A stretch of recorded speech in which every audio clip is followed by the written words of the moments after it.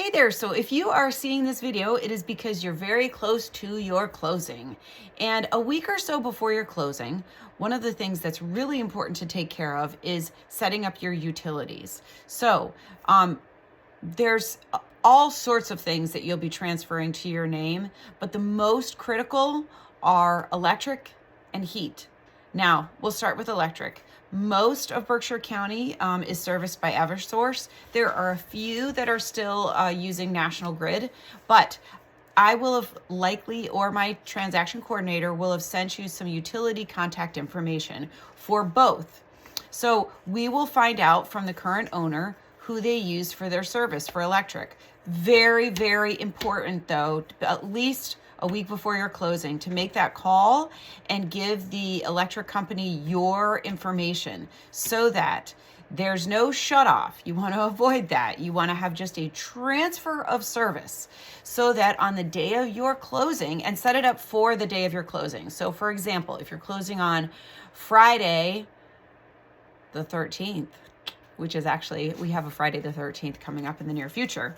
If you're closing on Friday the 13th, set it up so that it's in your name on Friday the 13th, not the next day, not the Monday after, that day, okay? Because you do not want to be moving in the dark.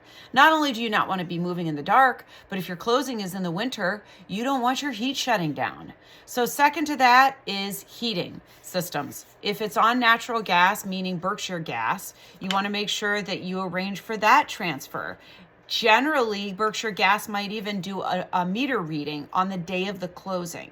So that's super important. Also, you don't want an interruption in your heating service. If it's not gas and it's propane or oil, it's not as imminent, but still a really good idea to call whoever the current seller has used for their oil or propane service and delivery, and let them know that you will be then owning the property as of a certain date. You can shop around for rates. Sometimes it's easy just to continue with whoever the provider's been.